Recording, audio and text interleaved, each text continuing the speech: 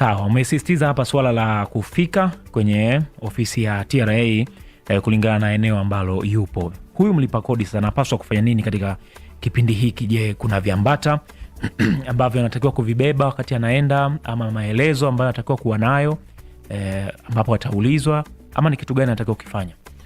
Kipindi kama hiki walipa kodi wale ambao wamekuwa wakiendelea na biashara zao, basi wanatakiwa kufika na tini namba yake, lakini pia natakiwa kufika na mkataba wa pango kama umebadilika kutoka mwaka jana, ili apate sasa tathmini ya kiwango chake cha kodi. Lakini pia hapa, kama wewe umeanzisha biashara mwaka jana 25 ulikuwa ufanye biashara, umeanzisha biashara Januari, Februari, sheria inakutaka ndani ya siku 14 umeanzisha biashara yako uweze kuitembelea mamlaka ya mapato Tanzania kwa ajili ya kurasimisha biashara yako.